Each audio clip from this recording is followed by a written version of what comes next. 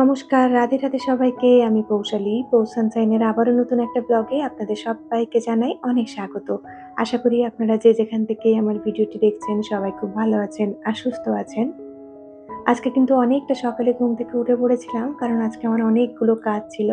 এই যেরকম ঘর ঝাড়ু মোছা করে বাথরুমটা পরিষ্কার করা, একটুখানি এদিক ওদিকের টুকটাক কাজ ছিল। তো সকালবেলা উঠে না একদম শান্ত মাথায় সবকিছু করে নিয়েছি আর তার সাথে শ্যাম্পুটাও করে নিয়েছিলাম। আর এই যে এখন আমি বেরিয়েই আগে মাছগুলোকে একটু খেতে দিয়ে দিচ্ছি। আসলে কাল রাত থেকেই না মাছের এই জলটা বন্ধ ছিল, লাইটটাও বন্ধ ছিল।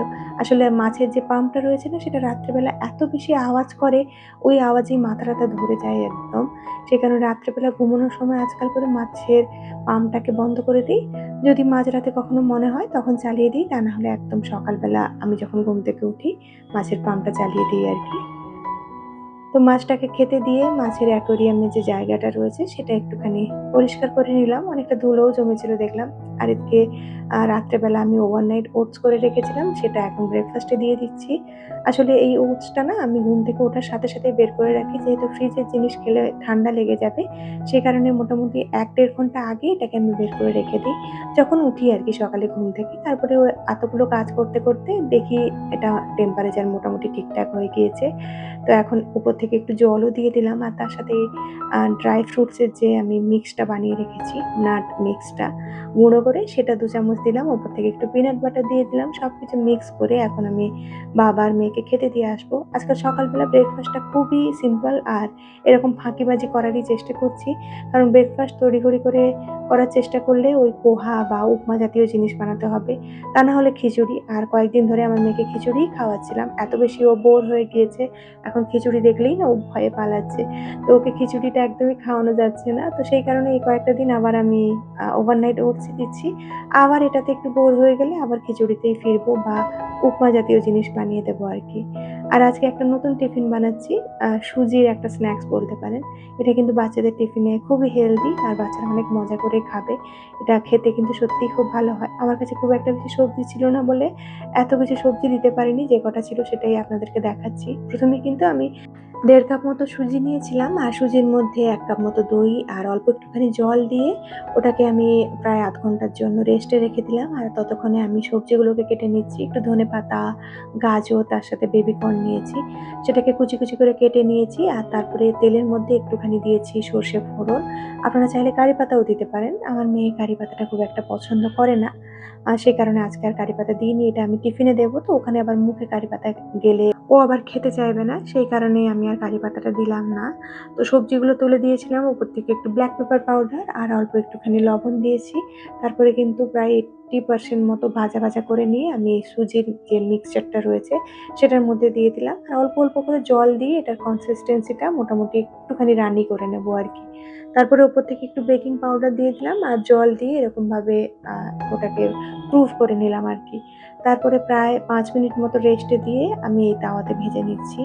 এই কয়েকদিন হয়েছে না এই তাওয়াটা আবার একটুখানি প্রবলেম করা শুরু করেছে। আসলে সকালবেলা এই ধরনের জিনিসগুলো বানাই তো, তখন তাওয়াটা না ঠিকঠাকভাবে গরমও করা হয় না বা কখনো, কখনো এক পিঠ ভালো করে ভাজা না হওয়া সত্ত্বেও না আমি পাল্টে দেওয়ার চেষ্টা করি। সেই কারণেই আমি দেখছি প্রবলেম হচ্ছে। তা না হলে কিন্তু এই তাওয়াটা খুবই রিসেন্টলি আমার গিফটে পাওয়া। মানে খুব একটা প্রবলেম হওয়া উচিত নয়। তবে দেখছি যে না, গরম না হলে দিয়ে দেওয়া বা ওদিকটা ভালোভাবে গরম না হওয়া সত্ত্বেও উল্টে নেওয়া, এই প্রবলেমগুলো হওয়ার কারণে না খুব সহজে এটা উঠতে চাইছে না। তো এরকমভাবে একটা শার্প এজ দিয়ে খুঁচিয়ে, খুঁচিয়ে এটাকে আমি উল্টে পাল্টে ভালোভাবে ভেজে নিয়েছি। আর এই যে মেয়ের টিফিনে দিয়ে দিলাম।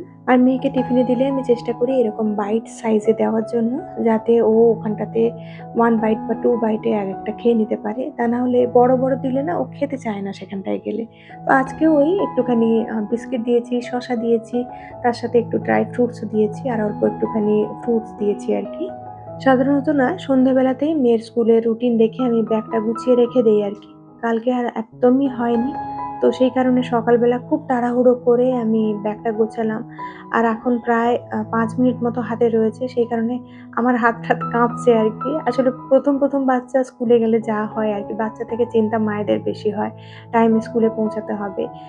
আর তার ফাঁকে কিন্তু আমিও সমস্ত কাজবাজ শেষ করে নিয়েছি। তাই আজকেও আমি মেয়েকে স্কুলে দিতে যাবো ভাবছি। তো ২ মিনিটের মধ্যেই আমি কোনো রকম রেডি হয়ে নিয়েছি। চুলটা যেহেতু ভেজা ছিল, সে কারণে একটু সিরামও লাগিয়ে নিচ্ছি। রাস্তায় যেতে, যেতে যতটা শুকোয়। এমনিতেও রাস্তায় বেরোলে না আমি ভেজা চুল হোক বা আমার শুকনো চুল একদমই ছেড়ে রাখতে পছন্দ করি না। ওই হাওয়াতে চুল অনেক নষ্ট হয়ে যায়। তো এই সময় একটু সানস্ক্রিনও লাগিয়ে নিচ্ছিলাম। যতটুকু হাতে সময় ছিল তার মধ্যে যতটুকু পেরেছি একদম রেডি হয়ে মেয়েকে নিয়ে স্কুলে চলে গিয়েছি আরকি। আর এই যে ২ ঘন্টা পরে আবার আমি আমার পুচকেকে নিয়ে ফিরে এসেছি বাড়ি। এখন আবার নিজে জুতো খুলতে শিখেছে। একদম ইন্ডিপেন্ডেন্ট লেডি হয়ে গিয়েছে আরকি। কোনো কাজই আমাদেরকে করতে দিতে চায় না। এই যেরকম জুতো একা পরবে, মোজা একা পরবে, জুতো একা খুলবে। মানে সকালবেলা না এই জুতো পরার জন্য আমাদের ৫ মিনিট করে লেট হয়ে যায়। মানে ওর জুতোতে হাত দিলে চলবে না। ও নিজেই জুতো পরবে। কোনোভাবে যদি হাত দিয়েছি কান্নাকাটি করে ও অস্থির করে তোলে আরকি। ওই টডলার ট্যান্ট্রামস যে ব্যাপারটা রয়েছে না সেটা এখন ধীরে আমার মেয়ের মধ্যে আসছে দেখছি। তো যাই হোক ফিরে এসে কোনরকম একটু ফ্রেশ হয়ে নিয়েছিলাম। আর আজকে না বাড়িতে এসে দেখলাম আটাটাও বাড়ন্ত রয়েছে। তো আমার কাছে একটু রাগি বাজরার আটা ছিল। সেটা দিয়েই কিন্তু আজকে আমি রুটিটা বানাচ্ছি। খুবই সামান্য পরিমাণে মানে কয়েক চামচ আমি গমের আটা দিয়েছিলাম। আর এর মধ্যে সেদ্ধ করে রাখা আলু আর অল্প একটুখানি পনিরও রয়েছে মানে ছানা রয়েছে।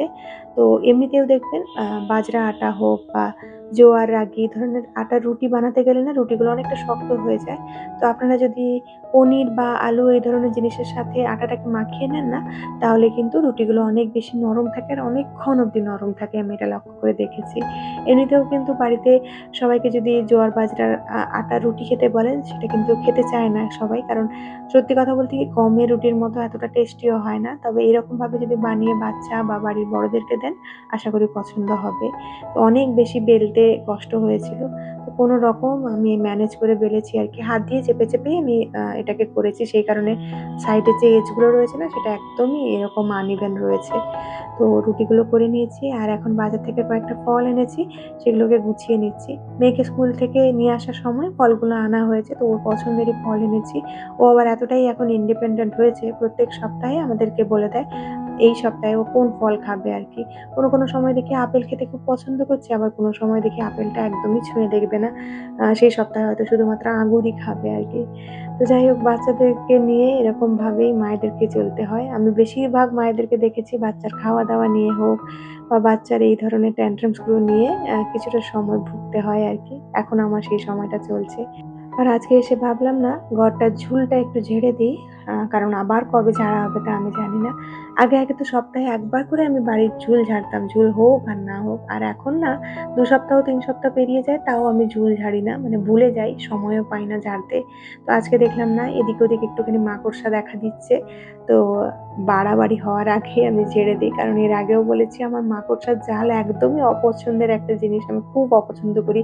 বাড়িতে টিকটিকি থাকলে তাও চলবে। কিন্তু বাড়িতে যদি মাকড়সার জাল হয়ে যায় না আমার কেমন একটা করে আরকি। তো যাই হোক সেটা একটুখানি পরিষ্কার করে নিচ্ছি। যদিও আমার এই ফ্ল্যাটটাতে খুব একটা বেশি মাকড়সার জাল হয় না। অনেকদিন পরিষ্কার না করলে এই কোণগুলোতে অল্প একটুকু হয় আরকি। তো যা হয় আমি সেগুলোকে চেষ্টা করি সঙ্গে ক্লিন করে দেওয়ার জন্য।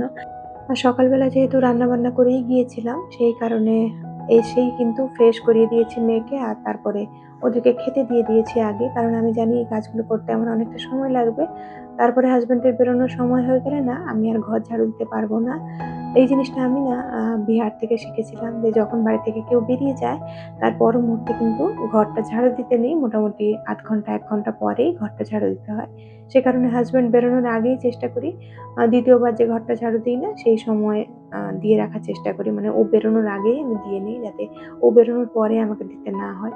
আসলে সকালবেলা ঘরটা ঝাড়ু দিয়ে নিই তো, তারপরে কিন্তু খুব বেশি নোংরা হয়ে যায়, যেহেতু রাস্তার পাশে বাড়ি। সেই কারণে বিকেলবেলা করে একবার আমাকে ঘর ঝাড়ু দিতেই হয়।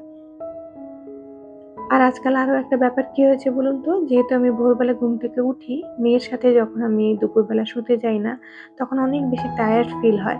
তখন আর বিকেলবেলা উঠে সেরকম কাজবাজ করতেও ইচ্ছে করে না। বিকেলবেলা এমনিতেও আমার অনেকগুলো কাজ থাকে। সবকিছু কিন্তু প্রত্যেক দিনই নিয়ম মাফিক করতে হয়। সে কারণে বিকেলবেলা আমি সকালের কাজগুলো একটু কম রাখারই চেষ্টা করি। আর এই তো এদিকের কাজগুলো কমপ্লিট করতে হাসব্যান্ডও মোটামুটি অফিসের জন্য রেডি হয়ে গিয়েছে। আর আমার মেয়েও ঘুমানোর জন্য একদম রেডি হয়ে গিয়েছে। তাহলে চলুন আজকের ভিডিওটা এখানেই শেষ করছি। খুব শিগগিরই দেখা হচ্ছে নেক্সট আরেকটি ব্লগে। ততক্ষণের জন্য সবাই খুব ভালো থাকবেন। সবাইকে খুব ভালো রাখবেন আর নিজের যত্ন রাখবেন। আজকের এই ভিডিওটা আপনাদের কাছে কেমন লাগলো জানাতে ভুলবেন না। তাহলে দেখা হচ্ছে নেক্সট আরেকটি ব্লগে। টাটা।